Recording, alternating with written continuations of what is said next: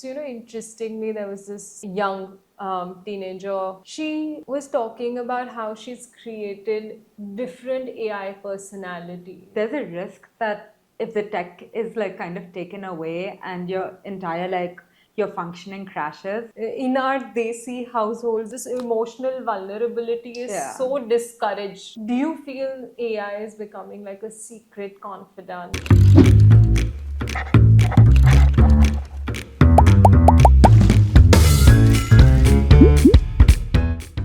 Hello and welcome to the next episode of Attention Deficit Hyper Desi.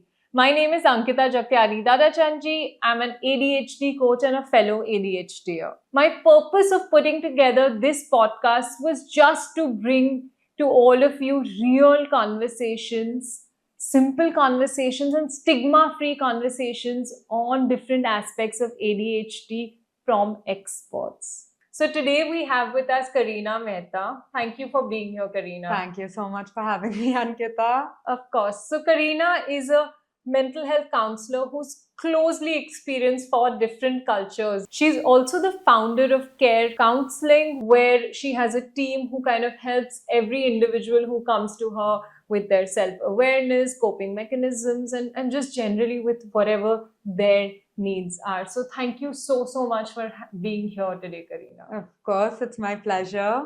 So Kareena, before we jump into our I'm very excited about this topic, ADHD and artificial intelligence, and this was your idea. So thank you for the idea and thank you for being here for doing this.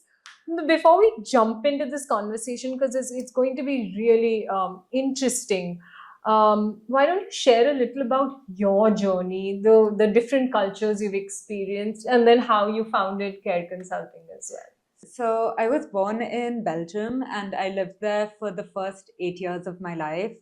I think in Belgium, I felt like I was more Indian than I did in India itself, which is interesting because the community I was in was a Gujarati, like Palanpuri, Jain community, very tight-knit. And then I moved to Bombay and I went to the American School of Bombay, and at the American school, there were people that were just so diverse, very few Indians, in fact. And I ended up graduating from ASB and went to college at Bryn Mawr College in Philadelphia. I did my undergrad there in psychology, and later I did a double master's from Columbia in a master's of education in mental health counseling. Really wow. And a master's of arts in psychological counseling, and did a little bit of a specialization in positive psychology from UPenn, and another specialization in trauma-informed care from Trauma Institute International. So yeah, I was working in New York. I was studying there and decided to come back to Bombay to found Care Counseling because I think the intention of our practice is just bridging the gap between the Western therapeutic training, the Western expertise with the South Asian, just like culture. I found that there was a little bit of a gap in the training in India. So definitely wanted to just bring the outside Western global perspective back here. Yeah. I think you've experienced so many different cultures. How do you bring that to your conversation with your clients? Honestly, I feel like majority of my clients are third culture kids. So they are individuals that have lived abroad, moved to India, or like vice versa, or Indians that are currently like immigrants in the US, who I see virtually. My training in the US taught me was being just like very open-minded, being queer, affirmative, being like just open-minded towards like non-monogamous relationships, towards conversations regarding like all of these different things and hearing out the other perspective. That's beautiful, and I think what we need here, right? You spoke about how you and your team at Care Counseling ensures that safety comes first. They feel safe with you.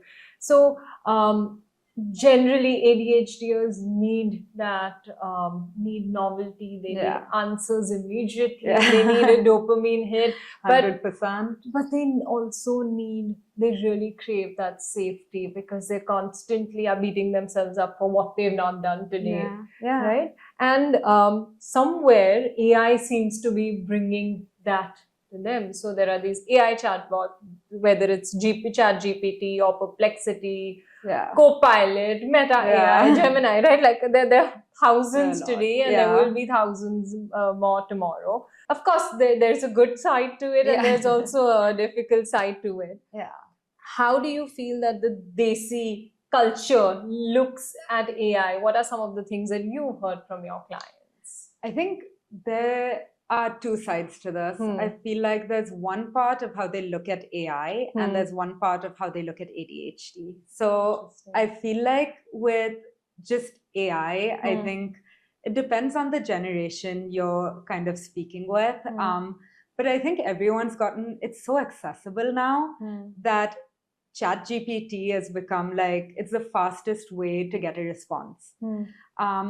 What I've found is that although there's already a stigma towards there's still a stigma towards therapy, towards mental health counseling, a lot of South Asians specifically are actually going to ChatGPT or like any of these AI chatbots to actually discuss how they're feeling, to get quicker answers, to predict the future, and I find it very interesting because sometimes even talking about feelings is stigmatized in the Indian culture, and I feel like just like these AI chatbots kind of have created an outlet for a lot of Indian families. However, I do think it's like double-edged. There are its pros and its cons to it. Just with ADHD, I think the way that South Asians and Indians really view it, I see like a difference between the way the Western clients versus the Indian clients kind of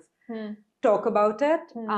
With the Western clients, they see it more as a clinical neurodevelopment, like mental illness. Sure. Whereas Indians, if they have a kid, I don't want to overgeneralize, but just having parents come into session after we've done the assessments and their child is diagnosed with ADHD or ADD even, it's so much harder for the parents to actually accept that. I've noticed that there's so many I think even just misconceptions towards it, where they think that ADHD is something you can outgrow, where they think that ADHD is actually just laziness, or just things like that I think we need to raise more awareness about.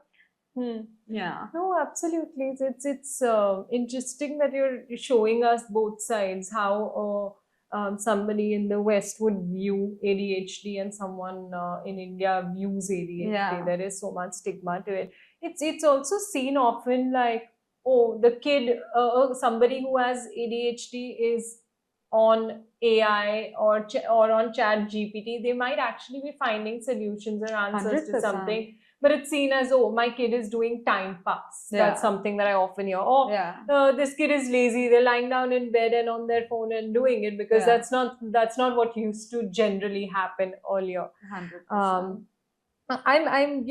There are different types of ADHD. There's the inattentive type, there's a hyperactivity type, and the combined type. Now, what I'm often told is, hey, I don't have ADHD, I have ADD. I don't have the hyperactivity, right?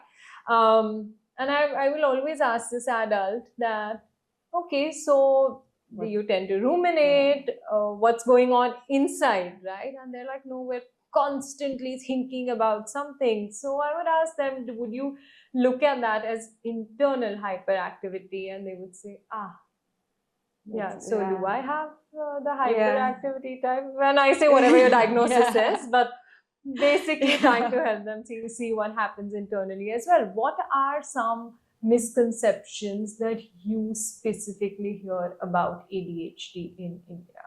I think the first one for sure is that it is something you can outgrow. I think that is just something that whenever a child is diagnosed with ADHD, say a 12-year-old, they're just like, okay, I mean, his brain isn't fully developed or her brain isn't fully developed. She's going to outgrow it by the age of 25. And that's the assumption that they're just going along with, or a child is diagnosed with ADHD or ADD, and the amount of tuition classes that I see these kids going to try to like fix the problem, but through studying, and not even with an ADHD coach, and not making the tutor aware of the fact that they have ADHD. I think a lot of things like that are happening. I think they link the children's academic underperformance to laziness. You're always running around. You're never like, it's your study time right now. You're not actually studying, or you keep trying to multitask. Give your attention to one thing. I think those are a few. I think those are a few things that I really think are misconceptions that are very common. I think another one is just that with ADHD, and when someone has ADHD, sometimes they just focus on the hyperactivity portion of it, and they neglect the fact that there are different types. And children that are often like dreamier, like daydreaming more, like just quieter, often get overlooked because they assume that ADHD is just that I have 100 things on my plate, like I'm unable to focus on anything. And it just goes straight to that one definition of what ADHD is. Girls tend to have more the inattentive type that's looked at as shy and sort of gets brushed off. Yeah, 100%. So, there is, I was seeing one of your earlier interviews and you spoke about reclaiming your story in therapy. Therapy really helps you with that. And that was such a beautiful thing that stayed with me. Many ADHDers turn to AI as a tool for therapy. And I think exactly because of what you were sharing, the fact that there is so much stigma, they feel so unsafe that they can't even ask their family for support. And in India, we're so lucky to have such a large support system. But despite that, they can't ask them for support. So they are going to these AI chatbots. What are your thoughts on the benefits and the dark side of this kind of a conversation? So I think AI is definitely helpful as a tool. But I strongly believe that AI cannot and won't be able to replace therapy. I think that there's a risk towards over-dependence on AI. I do see majority of my clients end up talking to AI as if it's their journal. And they'll copy the entire chat that they've created with ChatGPT and send it to me, and have me read through it before our session. So in that sense, it's interesting because you see your clients actually reflecting more using an app like AI. So I think on that side, it does bring more insight and a different perspective.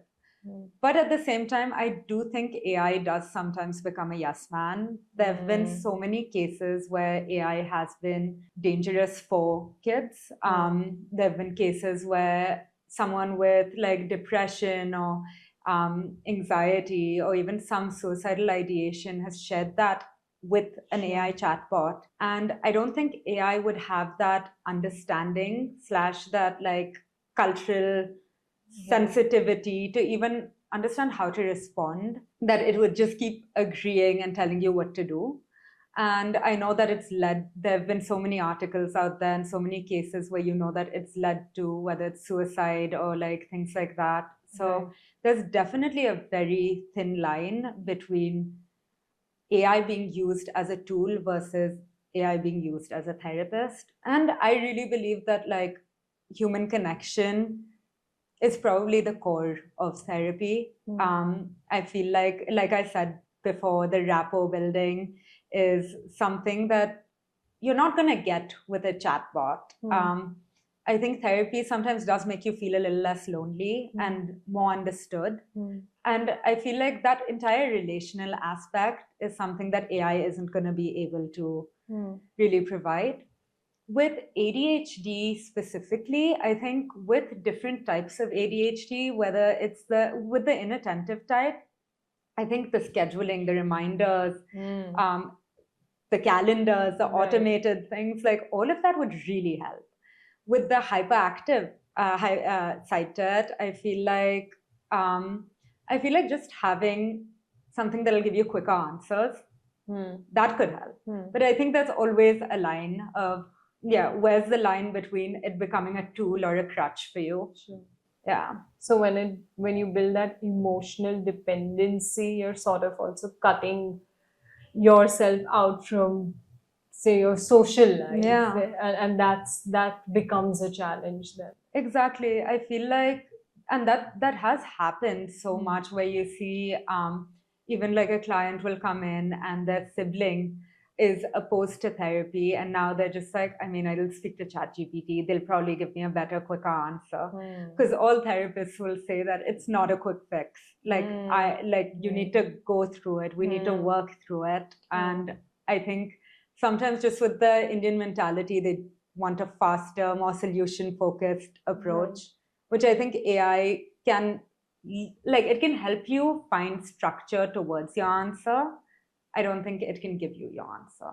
Often ADHDers turn to AI for venting and comfort. How do we know whether this is a healthy relationship or emotional dependency? I think AI should, like, I know a lot of people that use it for journaling, as I said, for venting, because sometimes it feels safer to talk to AI rather than talking to someone else, because you don't feel like they're going to judge you if you do the opposite. Sure. So I understand that angle to it, but at the same time, I feel like AI should always be kind of like the precursor. Like, you can use it to vent, you can use it to journal, but I think after that, you should be able to speak to, whether it's a therapist, a ADHD coach, a life coach, or even just a friend or family member. Like, I feel like in therapy, we use a more eclectic, integrative approach. We don't just like go into a session saying, yeah, I'm going to do CBT for all my clients. I'll go into a session and I will start in a psychodynamic way. I'll understand all of the history, talk about like everything that's happened from their childhood. And then I would move into like more skill-based work. But without that entire history portion, it's like, AI will just be giving you solutions to something they don't fully know. So we know that it is becoming unhealthy, or we're becoming emotionally dependent on it when we tend to cut ourselves out from our real life, or we are only talking and venting to this one thing. We're not reaching out for connection. Help. Connection. I think that's the right word. So we're not looking for that connection, or reaching out to a human being to build that connection. So, interestingly, there was this young teenager who I was seeing, and she was talking about how she's created different AI personalities because she was having a hard time in school. And it was so interesting to see. It also showed her creative side, the fact that she was able to do that, and she was really proud of that.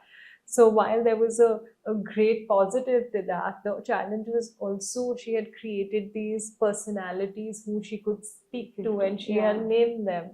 So somewhere it's a double-edged sword, right? Like, it's great, but it's also a little scary to be able to do that. Yeah, I feel like even with therapy, I feel like we use such creative approaches, especially with children.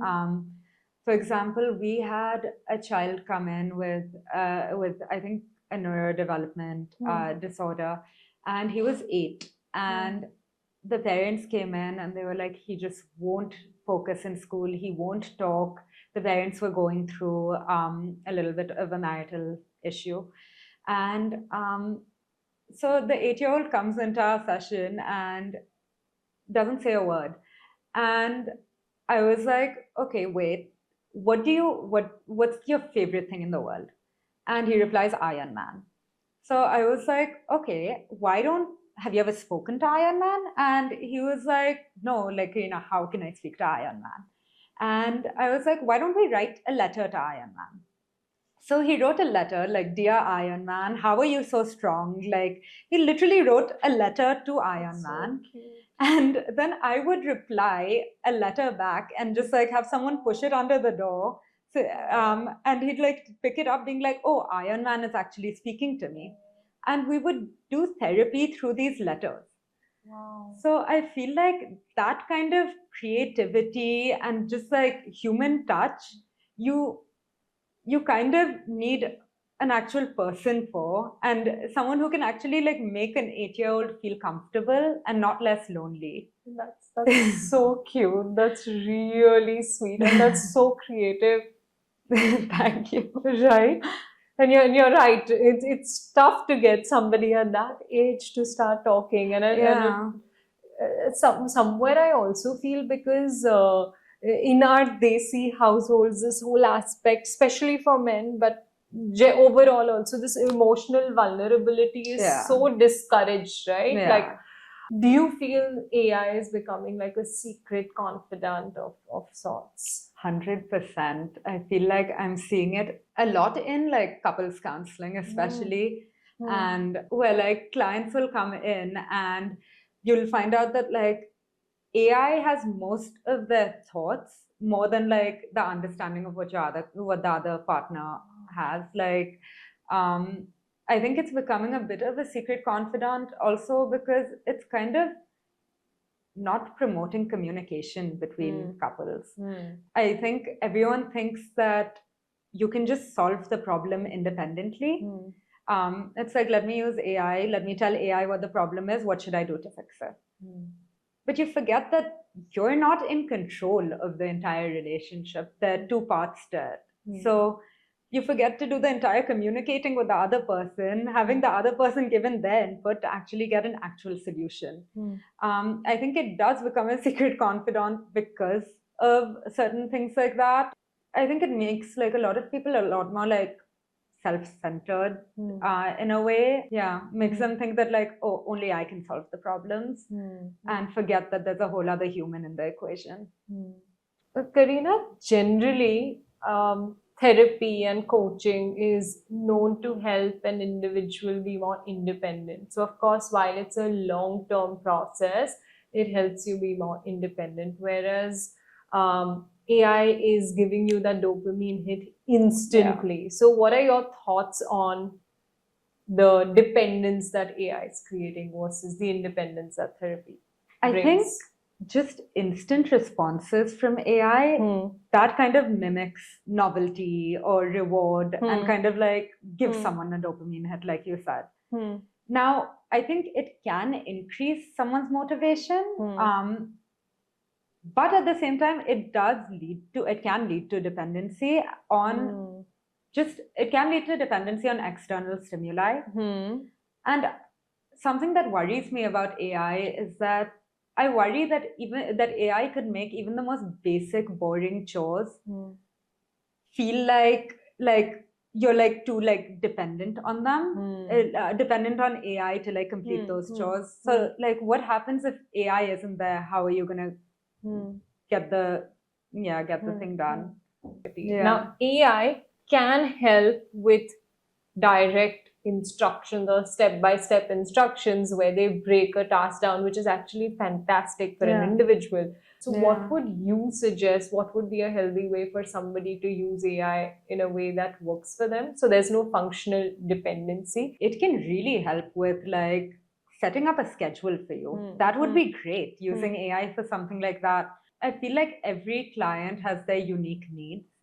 And I think AI can help with structuring something, but I think you do need a little bit of your own perspective or a third-party human perspective to actually help you understand whether it's the right way forward for you. So far, we've spoken so much about how it's not helpful, but it is helpful at the end like of we the day. all use AI. Yeah. Of course, and without it, life would be harder. Honestly, yeah, like I think even for therapists, I feel like just knowing that there's something that can help hold you like accountable, even when it comes to research. Sure. Research can be done in minutes now. I find it very cool. So I see also with my clients, with adults who have ADHD, it helps them remain more focused because they Yeah. can put reminders. They can literally tell AI at this time, remind me of this, and it will send a message, which is fantastic. It's able to give them a lot of structure. So like with clients who work in places where they need to make presentations, often with ADHD, you are a bit of a, your mind can be scattered. 100%. There's so many things to do. What do I prioritize? So just putting all of that information in it can help you instantly give you that structure, which is great. Yeah, I think that's like something that's like it's so exciting how accessible it is. Yeah. I think just knowing that all age groups kind of Right. use AI in some way, that schools are having I know in Dubai there's a school that's a fully AI school. Oh wow. And Okay. like a lot of schools I know have AI classes. Like they're literally teaching kids how to use AI. Right. So I definitely think that I think AI is going to be the future. Right. It is going to be like a huge part of the future. Sure. So I think even for like kids to understand how to learn it Right. is very, very important. I think it can like increase your productivity by like multiples. Right. I think we're both somewhere trying to say that it's great as long as you know how to use it, and as long as it doesn't take away your independence, because it can 100%. make you really otherwise hold on to it and dependent. So what excites you the most about AI as a support for somebody who has ADHD? Honestly, I love the structure it provides. I feel like it can literally create an entire life plan for you that I think with people that have a lot anxiety about like the future, like things like that, I feel like it just helps you just like break things down. I love how, so I think that's one part that like is very exciting about AI. I think the scheduling, the reminders, for me, like Google Calendar is my everything.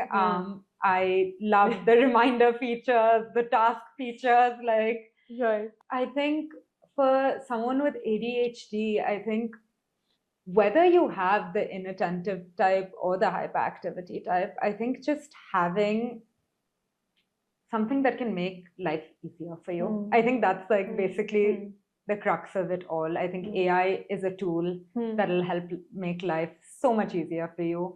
You can plan out your days, you can schedule them out, you can get your reminders, make sure you're not late early, or like make sure you haven't forgotten an appointment.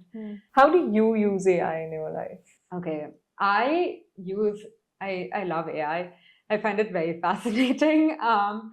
I use AI, honestly, as a therapist, sometimes I use AI to even like get a different perspective on a case. When I don't have peer supervision for like a few days, sometimes I literally like write out like, for couples counseling, I've studied like John Gottman's method. I would ask them to give me like just little like reminders of what the skills are that you use with couples. So I think like a lot of the upskilling can be done using AI. I feel like with AI you can learn anything. Like you can literally learn anything. I think they break it all down very beautifully. I do use AI sometimes for my emails. I do use it a lot for admin tasks. I think the admin portion of it all is just too exhausting sometimes. That like AI kind of like helps automate things. It helps like so that's interesting. Use your strengths for what you're best at, and then you can use AI for the basic mundane tasks. Yeah. So one thing that I learned recently was this AI website called notebook.lm. So a friend of mine introduced me to it, and it's great because for me, it's very difficult to sit and read research papers because the processing is hard, Yeah. especially if it's a lot. And with the work that I do, there's so much reading involved. Yeah. So it actually, if you just put a document there, it gives you a A synopsis. 20-minute conversation Oh, wow. with two people, and it's so interesting because they literally talk in ways where the pitch is going high and then low, and so they keep your attention. So I feel, yes, for tasks like that used to take me hours, suddenly it gives me a lot more time. I think it also helps a lot with memory. Like, I feel like it'll tell you like the main points of certain things so that like, yeah, you'd be able to. So what we used to do in school, make those abbreviations Yeah. and learn stuff, but it does it for you, so you're saving so much time there. Yeah. So Yeah, I think even as a therapist, sometimes with our digital sessions, like all therapists have their process notes, their progress notes, but something that they're creating, and like I think in the US they have created it, in India it's still like coming, or like maybe it started. They've created like AI note-taking apps, and it'll just break down your entire session into like, it'll transcribe your session, and obviously it would be HIPAA, DISHA compliant, and you'll have like a session summary there so that the next session you can just look back at it. So I think even as like a mental health professional, just having something where you can just like keep note of these things instead of like typing it up is. Yeah. So basically, it's great for structure. It's great for somebody with ADHD because it helps you in various executive functions of yours. But it becomes a challenge when we become overly dependent on it. That's definitely what I'm taking away from our conversation. So before we close, I have a few questions for you. The first word that comes to your mind when you hear ADHD and AI? Double-edged. Okay, if AI could take one boring chore off your plate forever, which one would it be? Scheduling, admin tasks, just like the entire admin portion of it all. Sure. AI chatbots replacing therapy. Therapy is just too relational it's just not replaceable. AI reminders replacing someone's nagging at home. Honestly, I feel like that would I think that'll become the future. I think that'll become the future. Like, I feel like the nagging will hopefully stop with all these Yeah, so thank you so much, Karina. It was really lovely chatting with you. Thank you so much for having me. I loved our conversation. It was so insightful. It was so important for us to bring this here. So thank you. There's a lot that I am taking back from our conversation, from your insights. Couple of things definitely being AI can be extremely helpful in organizing the admin tasks, and giving you structure, breaking things down. But yes, the challenge can also be with the over dependency, or eroding self-agency, or relationships confrontational. So a big thank you to you, Karina, for being here today and sharing your expertise with us. And remember, ADHD is not a flaw. It's just a different rhythm, and we're all here to dance to it together. So this is me, Coach Ankita Jagtiani Dadachanji, signing off. And I will see you in the next episode of Attention Deficit Hyper Desi. Thank you for watching.